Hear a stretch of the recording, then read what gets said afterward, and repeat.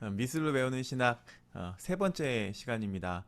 창세기를 계속 나누기 원하는데요. 창세기는 크게 두 부분으로 나눌 수가 있죠. 첫 번째는 1장부터 11장까지, 그리고 그 12장부터 50장까지 두 부분으로 크게 나눌 수가 있습니다. 앞부분에는 우리가 잘 알고 있는 천지창조 이야기, 신라권 이야기, 노아의 홍수 이야기, 그리고 바벨탑 이야기까지가 우리가 보통 원 역사라고 부르는데요. 이 말이 좀 어렵습니다. 한자어이기도 하고요. 그래서 그냥 알기 쉽게 성경 서론이라고 부르자는 제안을 하는 학자들이 있더라고요. 근데 성경 서론이 더 솔깃한 것 같습니다. 창세기 12장부터 50장 뒷부분은요, 우리가 잘 알고 있죠. 족장 시대잖아요. 아브라함, 이삭, 야곱으로 이어지는 이스라엘 조상들의 이야기가 펼쳐집니다. 요새까지. 그렇죠? 특히 아브라함은 믿음의 조상으로 유명해요. 믿음의 조상. 오늘 읽었던 말씀이 아브라함을 믿음의 조상이라고 부르는, 우리가 믿음의 조상이라고 지칭하는 아주 극적인 사건이 등장한 거죠. 근데 어떻게 된 일인지 잘 모르겠지만 이 아브라함의 족보는 사실 이 창세기 안에 등장하지 않습니다. 그러니까 이삭의 족보도 등장하고요. 그리고 야곱의 족보도 버젓이 나오는데, 아브라함의 이름은 그 아버지였던 데라의 족보에 끼어서 꼽살이 껴서 삽입된 채로 그냥 소개됩니다. 그래서 이때의 이름은 아직도, 그리고 아브라함이 아니라 아브람이었죠. 근데 이 데라의 족보에 또 주목할 만한 이름이 하나가 더 들어있는데요. 그게 뭐냐면 데라의 손자이자 또 아브라함의 조카였던 롯이라는 사람이죠. 롯.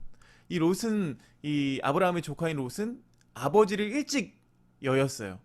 그리고 할아버지마저 돌아가셔서 이제 큰아버지였던 아브라함이 이 조카를 돌보게 되는 거죠.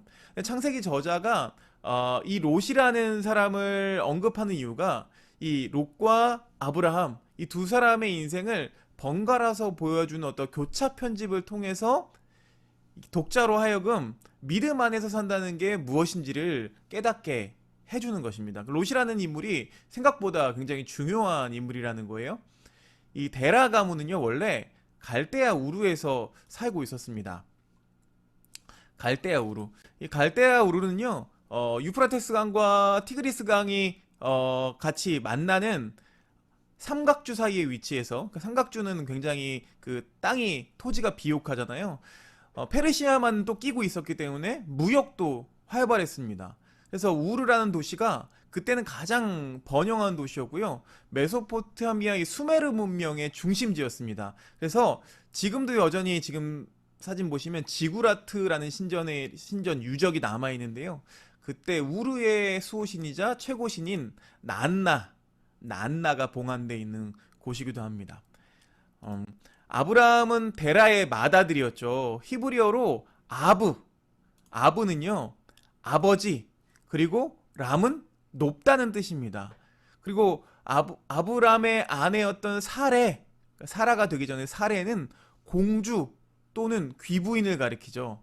그러니까 지금도 똑같죠. 자기 자식이 귀하게 되기를, 또 부귀영화를 누리며 살기를 바라는 어떤 부모의 열망이 담겨 있습니다. 이게 어떻게 보면요, 지극히 세속적이고 이기적인 이름이 바로 아브람 그리고 사레죠. 근데 이 이름을 하나님이 나중에 창세기 17장에 보니까 바꿔주시죠. 그래서 아브라함은 만인의 아버지, 또 사라는 만인의 어머니라는 뜻으로 바꿔주십니다. 그러니까 이 신앙을 갖는다는 거는요, 사사로운 어떤 개인에서 공공의 사람으로 거듭난다는 의미를 함축하고 있는 거죠. 그러니까 이기스러운 존재가 아니라 이타스러운 존재로 변신한다는 게 신앙을 가져서 변화한다는 거죠. 하나님께서 아브라함을 축복하십니다. 내가 너로 큰 민족이 되게 하고 너에게 복을 주어서 내가 크게 이름을 떨치게 하겠다. 너는 복의 근원이 될 것이다. 창세기 12장 2절의 말씀인데요. 근데 하나님이 내려주시는 복은요, 전제가 있었습니다. 이 아브라함에게 주신다는 복은 전제가 있었어요. 그 전제가 무엇이냐면 도시 문명과 단절하는 거예요. 그러니까 아브라함의 아버지 데라가 먼저 갈대아 우르를 떠나죠. 아까 그 번성했던 도시를 떠나요. 그리고 아브라함과 사레, 그리고 롯도 함께 떠납니다. 그래서 하란이라는 곳에 정착을 해요. 하란에 정착했는데 하란은 고대 아시리아 제국의 왕도였습니다. 왕의 수도였어요. 그러니까 우르만큼은 아니었지만 그래도 하란도 꽤 번창했던 도시였어요. 근데 거기서 아브라함의 아버지 데라가 죽죠. 근데 이제 아브라함이 가장이 된 거예요. 그때 하나님이 말씀하십니다. 너는 내가 살고 있는 땅과 내가 난 곳과 너의 아버지의 집을 떠나서 내가 보여주는 땅으로 가거라. 데라는요, 자기 의지로 떠났습니다. 그렇죠? 하란이라는 땅으로 자기 의지로 떠났다면 이 아브라함은 하나님의 말씀에 의지해서 떠났습니다. 그러니까 천지가 하나님의 말씀으로 창조됐습니다라는 말씀과 일관되게 이 아브라함의 역사 가운데서도 이 하나님이 말씀하시는 것으로부터 시작됐다는 거예요. 하나님은요, 그러니까 죄악으로 막 가득 찼던 이 도시 문명으로부터 아브라함을 꺼집어 내십니다. 그래서 아버지가 물려준 땅과 집에서 뭐 안전하게 안정되게 살 생각하지 말고 그래서 떠나라 라고 구체적으로 말씀하십니다. 근데 행선지를 말씀해 주지는 않으세요. 그저 앞으로 보여주겠다라고 말씀하십니다. 그래서 가나안 땅으로 가려고 떠난 것은 하나님이 보여주신 건 아니고요. 아브라함이 선택한 거예요. 그러니까 아브라함이 그리 가겠다고 하니까 하나님께서 동행하십니다. 그러니까 아브라함의 정체는 떠돌이죠. 또 나그네죠. 우리 시대에 난민을 생각하면 좀 이해하기 쉬울 것 같아요. 또 민족이나 국가의 경계 밖을 이렇게 떠돌고 있는 존재가 돼버린 거죠. 그러니까 세상에서 자기를 보호해 줄 수 있는 방패막이가 없습니다. 아브라함의 식구들이 사막 여기저기를 떠돌아다니다가 기근이 오니까 애굽으로 가게 됐죠. 그래서 애굽의 수도였던 미추라임이 가까워지는데 이 아브라함 마음에 불안감이 증폭된 거예요. 그러니까 이 떠돌이를 가만히 내비두겠어요? 그렇죠? 그냥 지나가던 과객을 그냥 내버려 두겠어요? 하나 또 그리고 아브라함이 마음에 걸렸던 게 있어요. 뭐냐면 아내가 너무 이쁜 거예요. 저랑 비슷한데 아내에 출중한 미모도 그의 심기가 막 어지럽혀지는 거죠. 그래서 이 불길한 예상이 또 빗나가는 법이 없죠. 그렇죠? 그래서 애굽 사람들이 이 사레의 미모한테 홀딱 반하는 거예요. 그래서 이 바로의 고관들도 이 사레의 미모에 홀려가지고 이 바로 앞에 이 그녀의 미모를 칭찬합니다. 그래서 이 사레가 파라오의 성적 놀이개가 될 판인 거죠. 그래서 파라오의 궁으로 끌려갑니다. 그 대가로 이 파라오가 사레의 오빠라고 거짓말했던 이 아브라함에게 양떼와 소떼와 암나기와 순나기, 남녀 종과 낙타 막 이런 것들을 엄청나게 선물합니다. 궁 안에서는 무슨 일이 일어나는지 성서에서는 묘사하지 않고 있어요. 근데 문맥을 살펴보면은 이 안에서 뭔가 성착취가 일어났음을 우리가 알 수가 있는 거죠. 이 일로 인해서 하나님이 파라오에게 재앙을 내리시죠. 그래서 그제서야 이거 뭔가 잘못됐다 생각해서 아브라함을 데려옵니다. 그리고 파라오가 꾸중을 하죠. 그쵸? 근데 여기서 보면 알 수 있는 게, 성경을 보면 알 수 있는 게 사과해도 모자랄 판이잖아요, 사실은. 근데 꾸중을 합니다. 이게 권력자의 어떤 속성인 거죠. 잘못은 사실 아내를 누이라고 속인 저 남자한테 있지, 나는 아닙니다. 나는 억울합니다. 라고 항변합니다. 그리고 뭐 돈도 줬으니까 정당하다라고 이야기하는 거죠. 근데 더 중요한 것은 여기서 아브라함의 태도예요. 아브라함이 사레한테 사과했다는 말이 성서에는 등장하지가 않습니다. 아마 뭐 면목이 없어서 그랬을까, 뭐 그렇게 생각할 수도 있지만, 뭐 가장의 체면 때문이었을까. 그러니까 이때 이 부부 사이에 엄청난 감정의 골이 생기지 않았을까 저는 생각해 봐요. 이 애굽 사건을 통해서 사레의 가슴에 어떤 커다란 멍이 생긴 거죠. 그러면서 그때 가정의 불화의 씨앗이 생겨나게 되죠. 바로 이 파라오한테 받은 보상 목록 가운데 포함되어 있던 여종이었습니다. 애굽 사건 전에도 이 사례는 불임이었어요. 근데 애굽 사건이 있은 다음에는 부부 사이가 더욱 멀어지게 되죠. 자연스럽게 아이가 들어서지 않았습니다. 그러니까 뭐 아무리 뭐 재산이 불어난들 무슨 소용이 있어요? 물려줄 자식이 없는데, 그쵸? 아브라함의 입에서 막 불평이 터져 나왔죠. 그때 누가 나서냐면 사레가 나섭니다. 애굽에서 데려왔던 여종 하갈을 아내로 삼으라고 아브라함에게 말하는 거죠.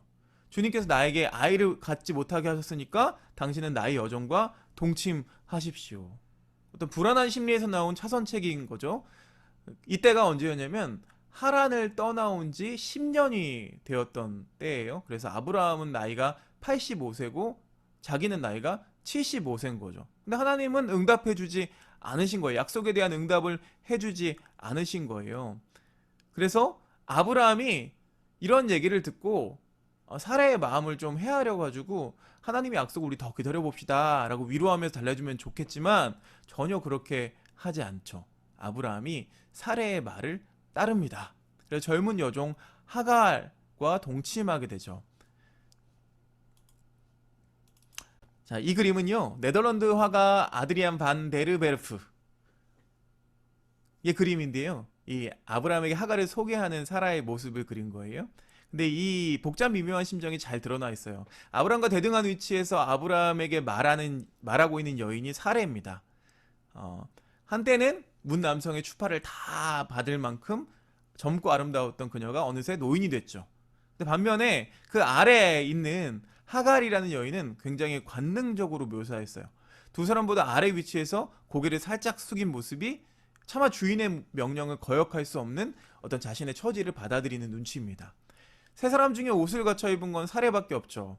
아브라함과 하갈은 상반신을 막 드러내고 있어요. 그래서 앞으로 일어날 일을 예고하고 있습니다. 화가가 특히 주안점을 둔 부분이 어디냐면 아브라함의 손이에요.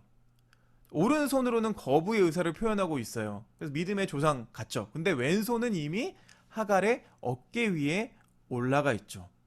이렇게 터치한다는 것은요, 의미하는 바가 명확하죠. 아브라함이 하갈을 취한 건 어떤 순수하게 살해의 요청 때문만이 아니라 아브라함에게도 책임이 있다는 거죠.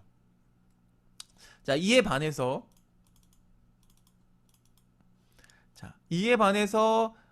마티아스 스토메르가 그린 이 아브라함은요, 훨씬 더 사실적입니다. 그쵸?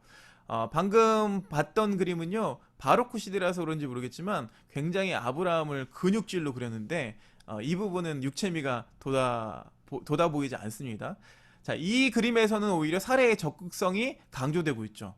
그녀의 두 손이 하갈과 아브라함을 중개하고 있어요. 하갈의 표정도 눈길을 끕니다.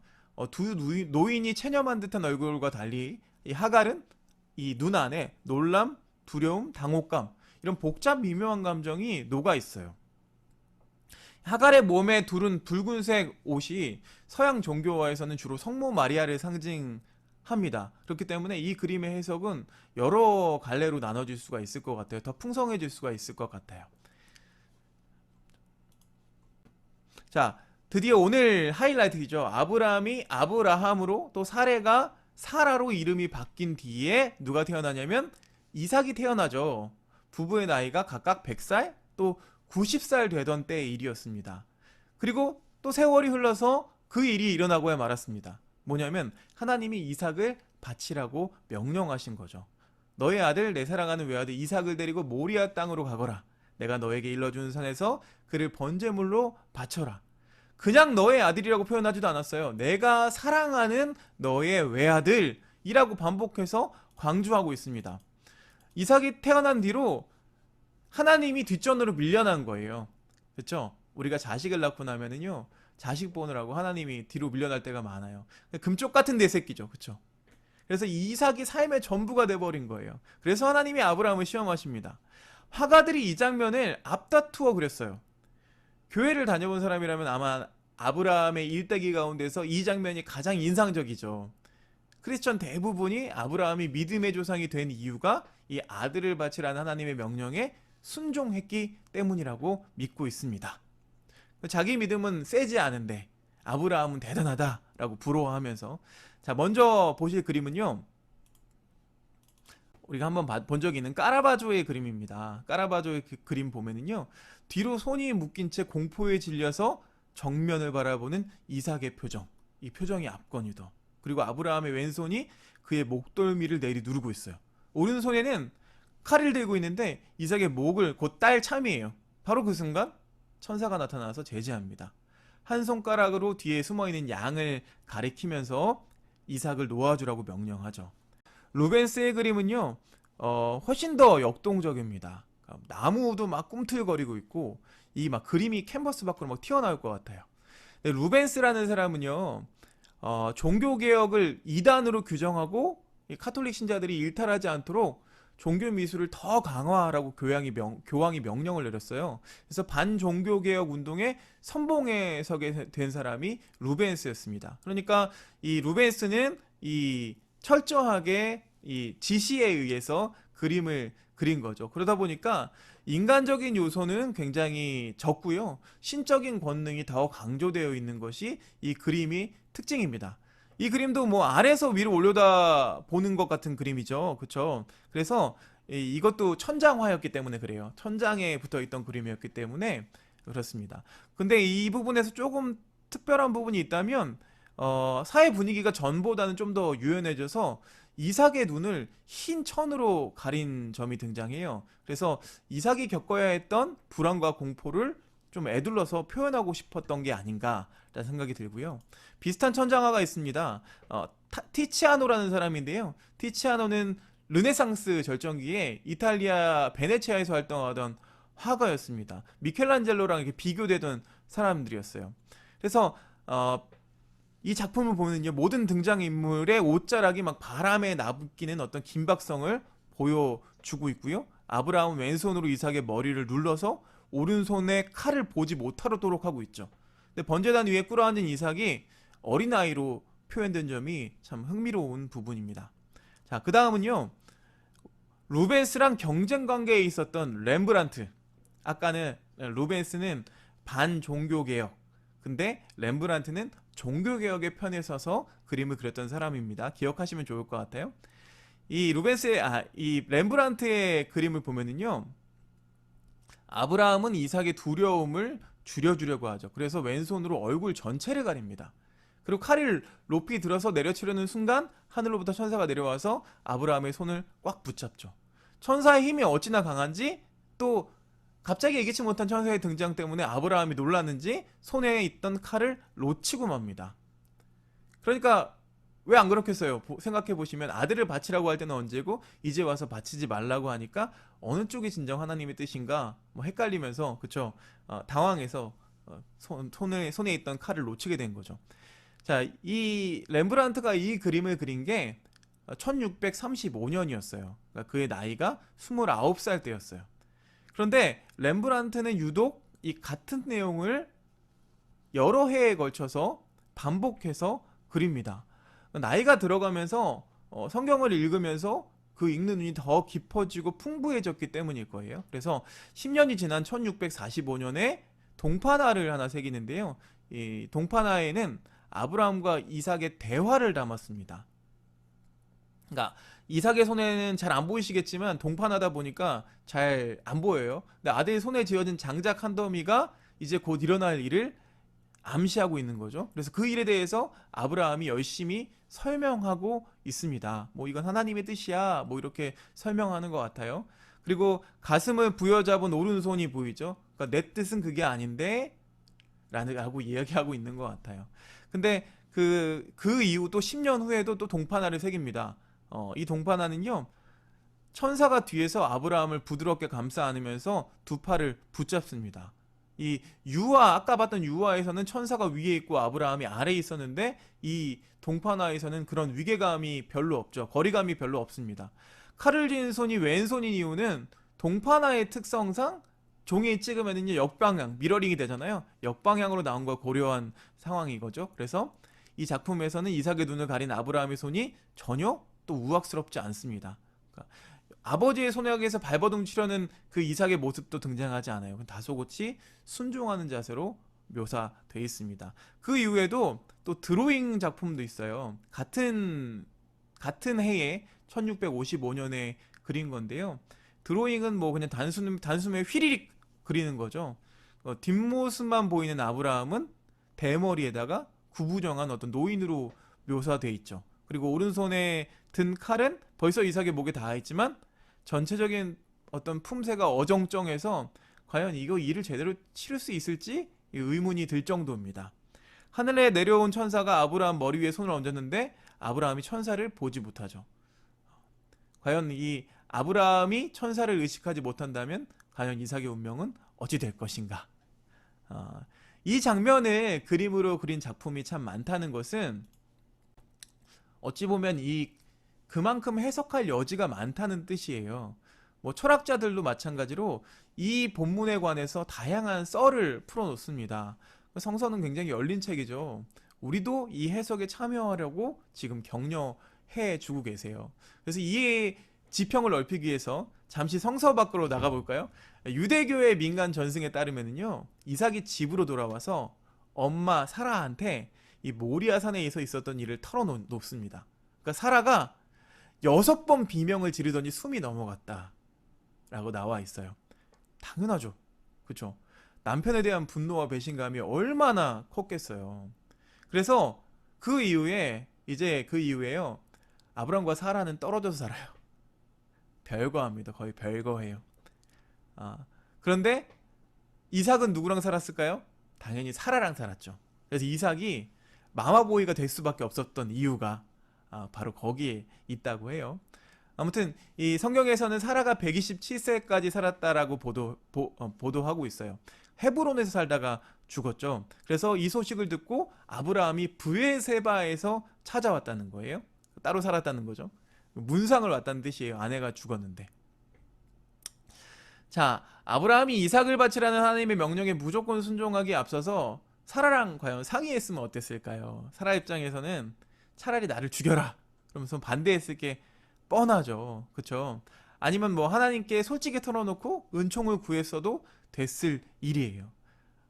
왜냐하면 하나님은 자비롭고 은혜로우시고 노하기를 더디하고 한결같은 사랑과 진실이 풍성한 하나님이시니까. 애굽도성에서 그 전에 애굽도성에서 뭐 그랄도성에서 있었던 그런 사건들을 아브라함이 사례한테 진심으로 사과하고 용서를 구하는 그런 장면이 있었더라면 뭐 더 좋았겠다.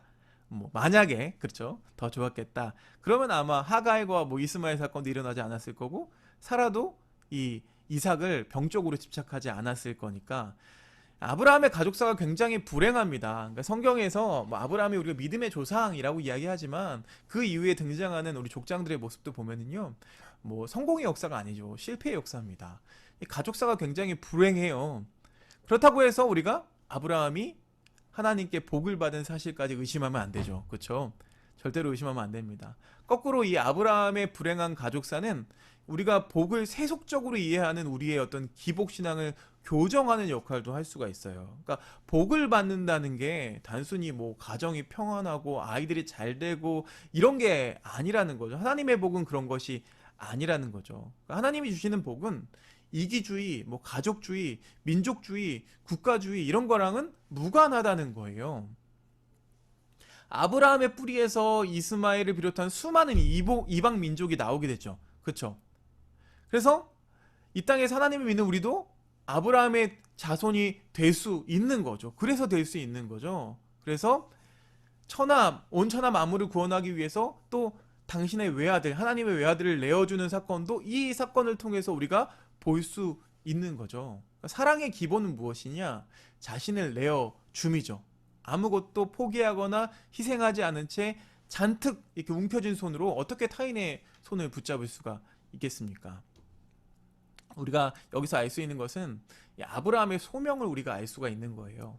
아브라함은 이 가인에게서 유래한 도시 문명을 떠나라 라는 그런 하나님의 부르심을 받았습니다. 그러니까 타락 이전의 삶, 그러니까 에덴으로 돌아가기 위한 기나긴 여정을 시작하라는 뜻이죠. 인간이 지은 도시랑은 달리 하나님이 지으신 에덴은 농의 세계였어요. 농사 농자 여러분 다 아시나요? 농사 농자를 분해해 보면은요, 별진자 위에 노래 곡자가 붙어 있어요. 그러니까 시적으로 표현하면 별을 노래하는 마음으로 사는 것이 농의 사람인 거죠. 그러니까 아브라함은 도시 변방에 천막을 치고 살면서 소떼랑 양떼를 길렀습니다. 그러니까 아브라함도 목자의 삶을 실천한 거예요. 그러니까 재산을 축적하려는 그런 삶이 아니었죠. 롯을 구하기 위해서 수백 명의 사병을 이끌고 전쟁에 나가서 이겼을 때도 그 전리품에 눈독을 들이지 않았습니다. 이미 재산이 많이 있어서 그랬겠지라고 생각할 수도 있고, 또 그럼에도 불구하고 부동산을 소유하려고 애쓴 흔적이 없는 것도 되게 경이롭습니다. 나중에는요, 이 사라를 묻어줄 땅이 없는 거예요. 그래서 헷 족속으로부터 막벨라 동굴을 그제서야 샀다라는 기록이 있습니다. 그런 거 보면은 우리는 막 뭔가 집도 많이 사야 되고 땅도 많아야 되고 이러는데, 아브라함은 많은 걸 가지고 있는 것 같은데도 실제로는 땅도 하나 없었다는 거예요. 많은 노예들을 거느리기도 했지만 이 노예들을 함부로 하지 않았습니다. 노예된 사람을 거두어주고 집안 식구처럼 대하라는 그 출애굽기의 법을 미리 실천했던 사람이 아브라함이었어요. 그러니까 아브라함이 우리가 믿음의 조상이라고 할 수 있는 부분은 폭력과 불의가 판치는 세상 속에서 정주민이 되기보다는 기꺼이 유목민의 삶을, 나그네의 삶을 택한 거죠. 평생 소유라고는 고작 가족을 위해 마련한 매장지가 전부였다는 거죠. 죽을 땐 그것밖에 없었다는 거예요.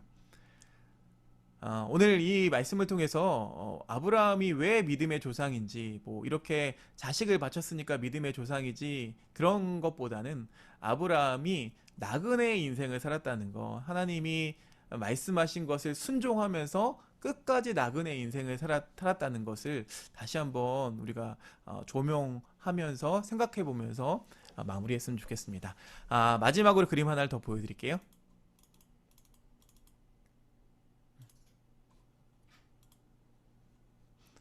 이 그림은 고흐의 그림이죠. 별이 빛나는 밤. 고흐는 이 밤을 많이 그렸어요. 별이 빛나는 밤. 이게 론강의, 자꾸 안 넘어가네요. 론강의 별이 빛나는 밤, 이게 별이 빛나는 밤.